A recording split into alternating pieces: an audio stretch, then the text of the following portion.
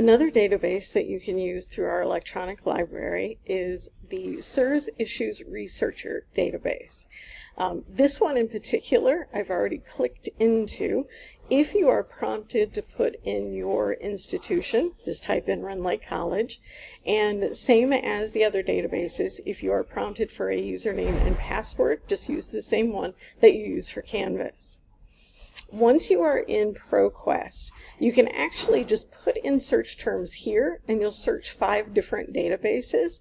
One in particular, though, that I'll show you that I think comes in really handy is where it says Change Databases. And you can scroll down to the bottom and look specifically at SIRS Issues Researcher. Once you are in here, you want to look down in this paragraph of information and find the link for Guided Research Interface. Once you click into that, what you'll find are, get that off the screen, what you'll find are trending topics, leading issues, and what SIRS Issues Researcher does is they will put together a lot of articles that deal with this particular issue. So if I wanted to click into artificial intelligence, what I will find is that they have a question prompt and then viewpoint 1 and 2, a pro and a con, and then articles that will simply reflect those viewpoints. However, you can click into Find More Sources for Artificial Intelligence, and there you will find a lot of different source types. So you aren't limited to only those 6 articles. You can look in newspapers, magazines, scholarly journals. The nice thing about SIRS Issues Researcher as opposed to using EBSCOhost is you can also look at web resources.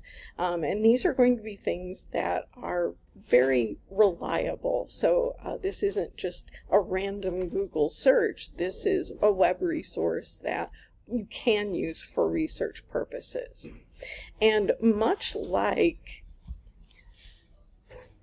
looking up an article in EBSCOhost, in SIRS you can get the full article. There's also, of course, a summary. And same thing with the information over to the right. You can save it, you can print it, you can email it to yourself, but most importantly, you can click on Cite. When you click on that, just make sure that your drop down is for MLA 9, and once again, you can copy and paste this information to your works cited page. Now, with SIRS in particular, you have to make sure that you get this into the proper spacing and the proper indentation when you put it into your works cited page. But between the information in EBSCOhost and the information in SIRS Researcher, you should be able to find a really good selection of material that you can use for your research essay.